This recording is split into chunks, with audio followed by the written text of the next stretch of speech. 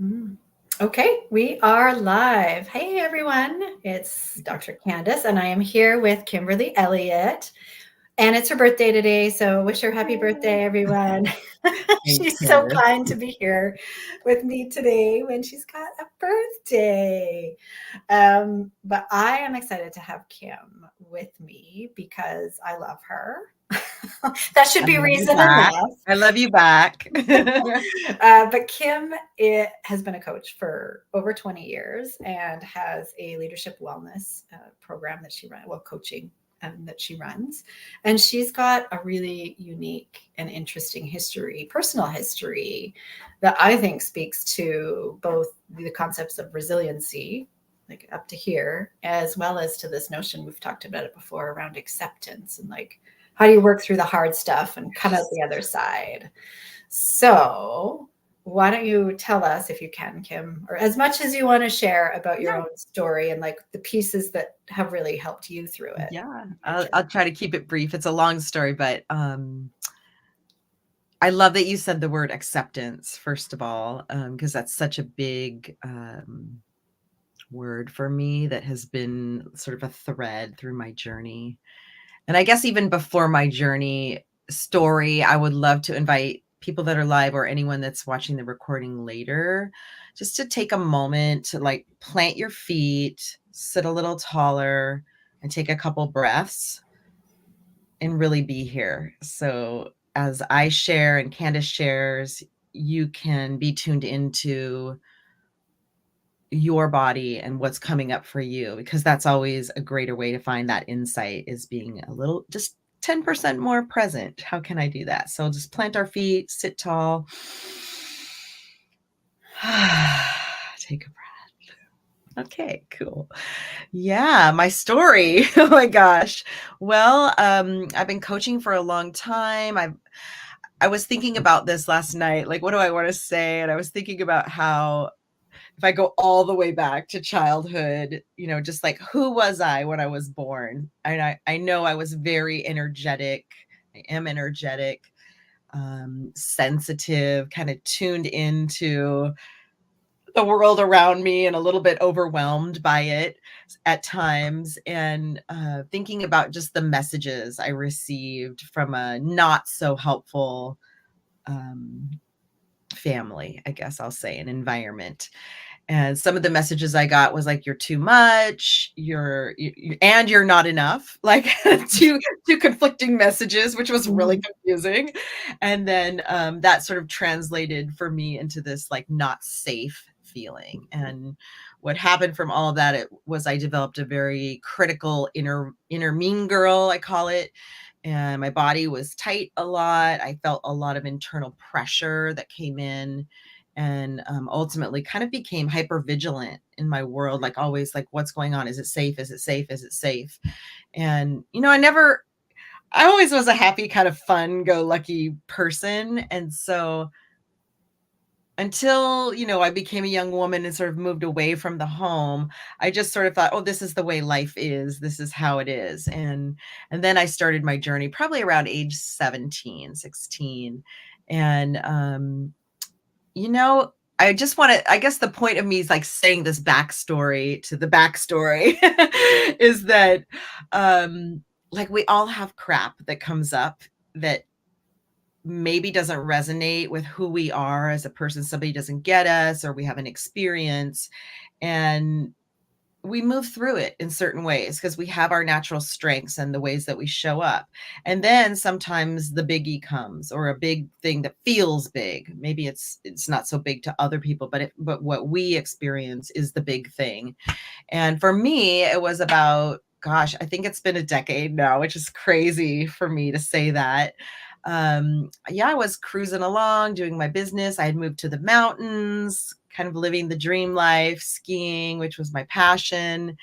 And the piece I want to say that's interesting is I felt like there was still, like, I wasn't playing full on, even though I was really doing a lot, doing a lot. I should say it that way.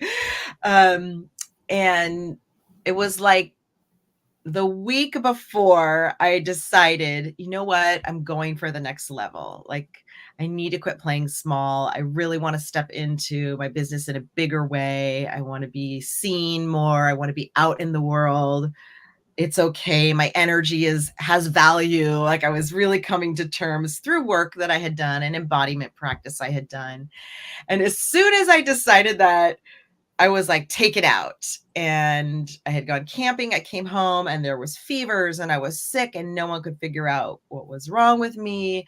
And that went on for a year of like brain fog, not knowing what was happening, hormone up and down, a lot of different physiological things happening. And then, of course, psychological things happening because I was saying, what's wrong with me? And then visiting doctors who were saying, you're making it up. There's nothing wrong. And it was really hard because I was so in an excited place. And then it just felt like that roller coaster drops you. And it turned out to be Lyme's disease. A year later, I finally got a diagnosis. I had to move and seek out doctors to get help, to find the people that would believe me that something was off. And that started about a 7 or 8 year journey of healing. So I'll just pause there and breathe that in. I don't know if anything's coming up for you, Candace, that you want to ask, or I can go on. No, I mean, I think the piece that I think, well, I'm curious about the next part, right? Because there's a lot in that, right? Like you've had this Yeah. history in your childhood of like all this Yeah. upheaval.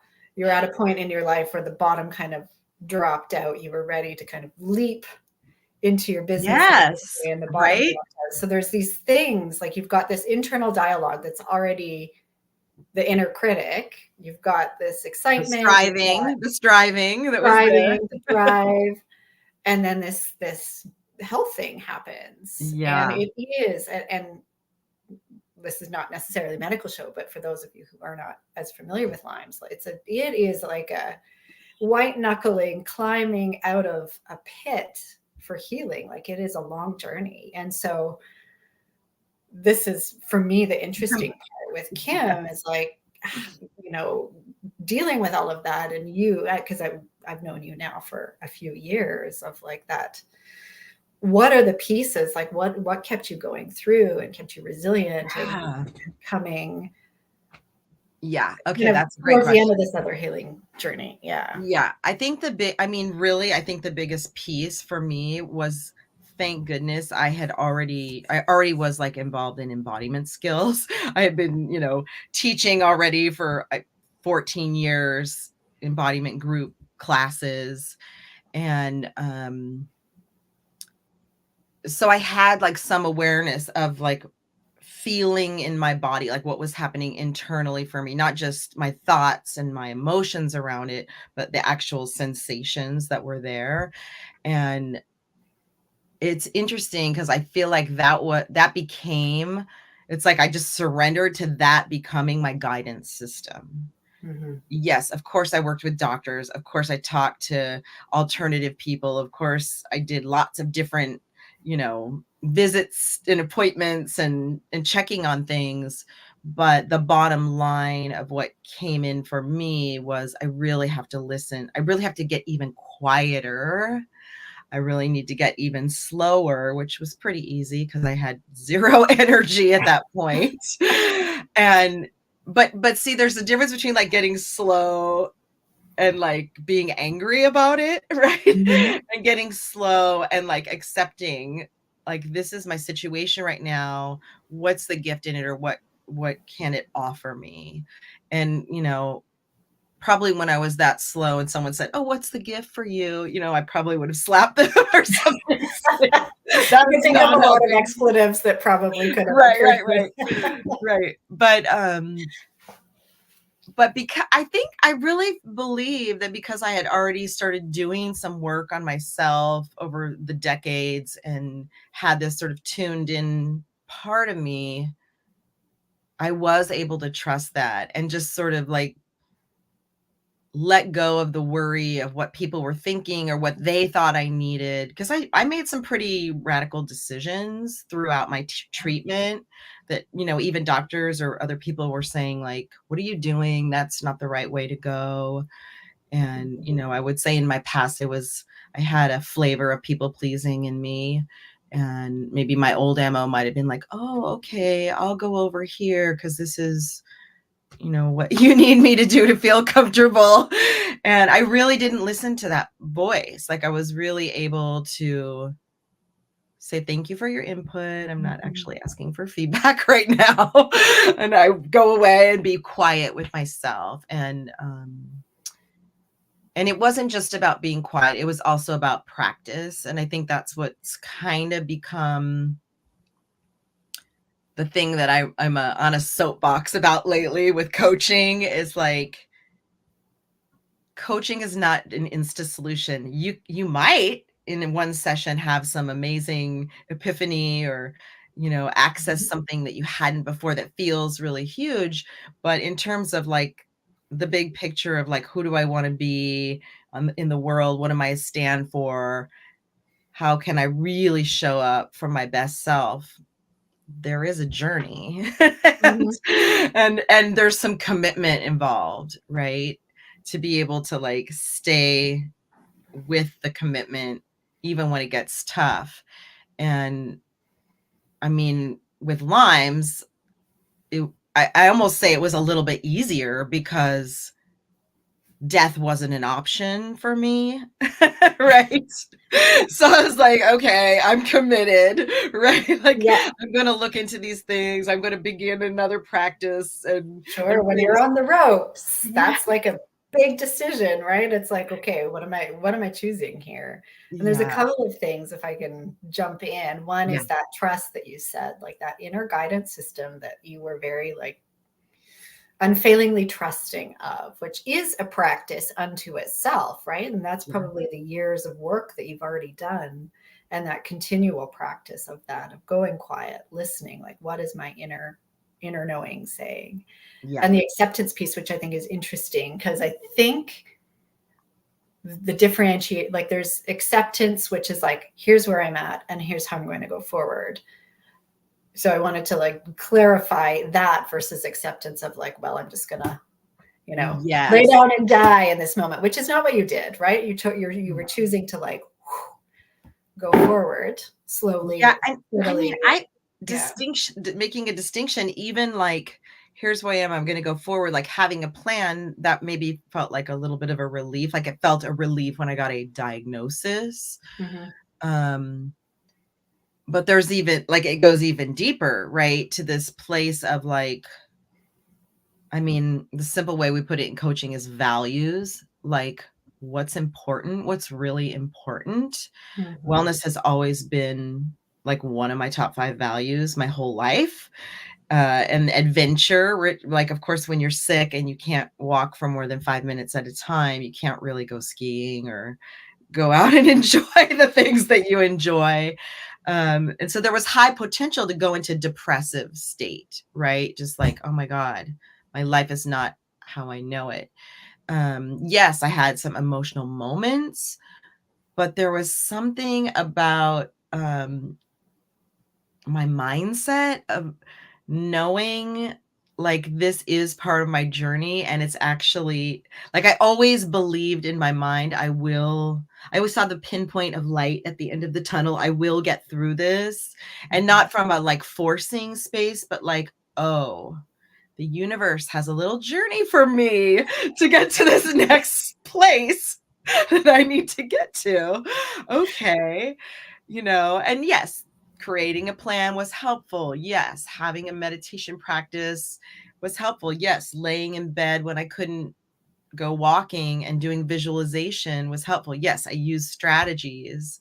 Mm-hmm. But before I could even like commit to that, I sort of had to like, I do the body move, right? It's like, oh, I just need to surrender to it Mm-hmm. because the fighting of it internally for me was such a drain. Yeah. And so I had to, I just knew like I've just got to let go, let be, and take it one hour at a time, 1 minute at a time, whatever it was. You know, some days were great, some days were challenging, very challenging. Yeah. Yeah. And I love that because as you know, Julie and I work a lot with burnout, and there's so many like parallel threads within that in Yeah. terms of it is a journey to heal, and there is a lot of, I would say, practices that are also required, like the commitment to the self and listening to that inner guidance system and taking it day by day and knowing that it is not a quick fix. But there is these slow, steady pace, Progress. progress kind of typically looks a little like this. But so I think your journey is so interesting because it really parallels what a lot of women, I think, experience with the whole burnout, where it's, Yeah. you know, it is this like, can feel like your body is failing you. But I like to look at it as your body is giving you a lot of signals that we're taking this off ramp and going this way for a little bit. Yes. Yeah. So what would you say in terms of your, you know, the nuggets and the kernels of wisdom that you would pass along to people, women who are, you know, whether it be chronic disease, whether it be burnout, whether it be something else? What are the things that you think were the most? Yeah, I was thinking about this last night. Like, what are the things I see, and then like, what are some tips, right? Because the overdoing is just part of our culture. I'm American, you're Canadian, but I mean, I won't speak for Canada, but in the US, my experience, it's like there's always this go, go, go, go, go, go, go. And as women leaders, which are who I work with, we tend to put everybody first above ourselves as this selfless act, perhaps, or as a habit that we've gotten into. And I know it's corny to say the whole airplane thing, put your mask on first, but there really is something to that of like, am I really listening to my body and creating supporting rituals that feed my values, that feed my ability to be alive and strong and present, you know, or am I going, and everything's just sort of flying out the car windows as I'm driving kids to soccer or whatever it is, right? So I have a very strong visualization of that. I mean, I'm not even a mom, and I don't even know how moms do it, because like, yes, I am cleared of Lyme and my body is strong now, and I still have moments that come up. It's not like it's an ending, right? Like, oh, I survived and now I am this, you know, blah, blah, blah, whatever. This is life. Like, there's always pressures and things coming at us all the time. And so then it's about, okay, how do I work with my inner self so that I can, like, I call it, be in the eye of the storm, of the tornado, where there's sort of like a centered calmness, and be able to have choices and possibilities that I can actually step into with some grace, with some intention, with some gratitude. That was the other thing I was going to name that really helped me on my journey. Yeah, so centering, of course, is my number one go-to and has been forever. And I'll come back to that because I'm offering a free masterclass on that in the coming month, and we could talk about that. I also feel like there's just this slowing down, and whenever I say that, like, I always feel the eyes rolling, because I know. it's just like, I don't have time to slow down. It's like, and what's the cost of that to you, right? Like, what's happening due to that? Yeah. So that's a tricky one. I feel like, what are you committed to? Like, what's important? What's the cost if you don't? Yeah. And I think that's key, right? And the slowing down, I mean, it doesn't have to be that you're taking 4 days off a week or whatever. It's like those moments of pause. Moments of pause. Where you can, you know, do the centering, which you'll talk about in a minute. But I think that's really important, especially in the category of women leaders or people leaders, is this, you know, like, yes, you can burn the candle at both ends, but for how long? right? And then who are you good to? You're not good to anybody. So if you really want, to keep going, and there's a pace, like it's a Yeah. marathon, not a sprint pace. And I think, like you're saying, Americans tend to be go, go, go. Canadians are driven. Maybe it looks a little different here, but I think there is still this, like, if you're not doing, then what value do you have? So there's a lot of unpacking. Yes. And who are you attracting? Right? Like, what are you calling in when you have this, that I think it's Wendy Palmer, or maybe it's Mark Walsh, when the energy, like when we get the pressure and it's like, oh, it's too much. It's like we're really going up and out. And I think of it like not like a beautiful fountain that's recirculating, but sort of like a fire hose that's getting people wet that don't want to get wet. It's like, like stop already. Right. So who are you attracting? Who are you repelling when you're in that energy, versus centering is that down and in, and I can actually stand tall and take a stand for something while that tornado is swirling. And I've learned over the years, when that happens, people notice, and there's a connection possibility that happens with I want to say the right people, or let's say the helpful people. I'll say it that way. And then, like, literally there's new possibilities that show up from that synergy, from the connection, from that, like, oh, wait, I'm just even maybe sometimes here alone in the center of the tornado, but my body is giving me an idea or an answer or a next step to take. So that always has kept me going in a big way.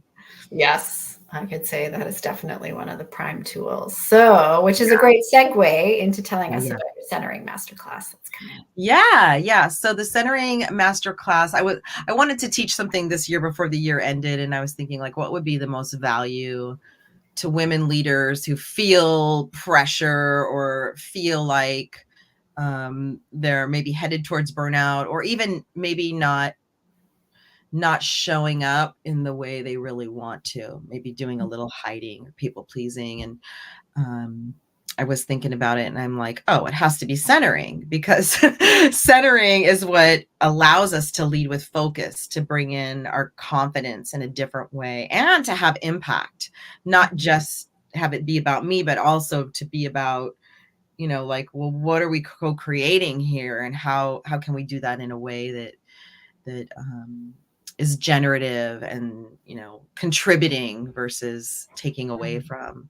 So I'm going to do 2 classes the same week at different times in October, the 11th and the 13th. And we'll really be playing with how to increase your awareness so you can actually access the body wisdom, right? How to stay clear and purposeful even when that tornado is swirling and the pressure is on, and how to be a little bit more adaptable and responsive without ruining yourself, right? Go into that old habit of, like, saying yes when you mean no, or running like a chicken with your head cut off. So it's going to be interactive. It's an hour and a half. It's free, and you're invited. Yay. We'll put the link below once we're done here. And Kim, I think you also have something free that they can get on your website as well. Yeah, it's a free, like a PDF that also has a recording of a centering practice in it. Oh, great. Okay. So it's like a little write-up on, like, some simple tactics to be more authentic and centered, and then a recording.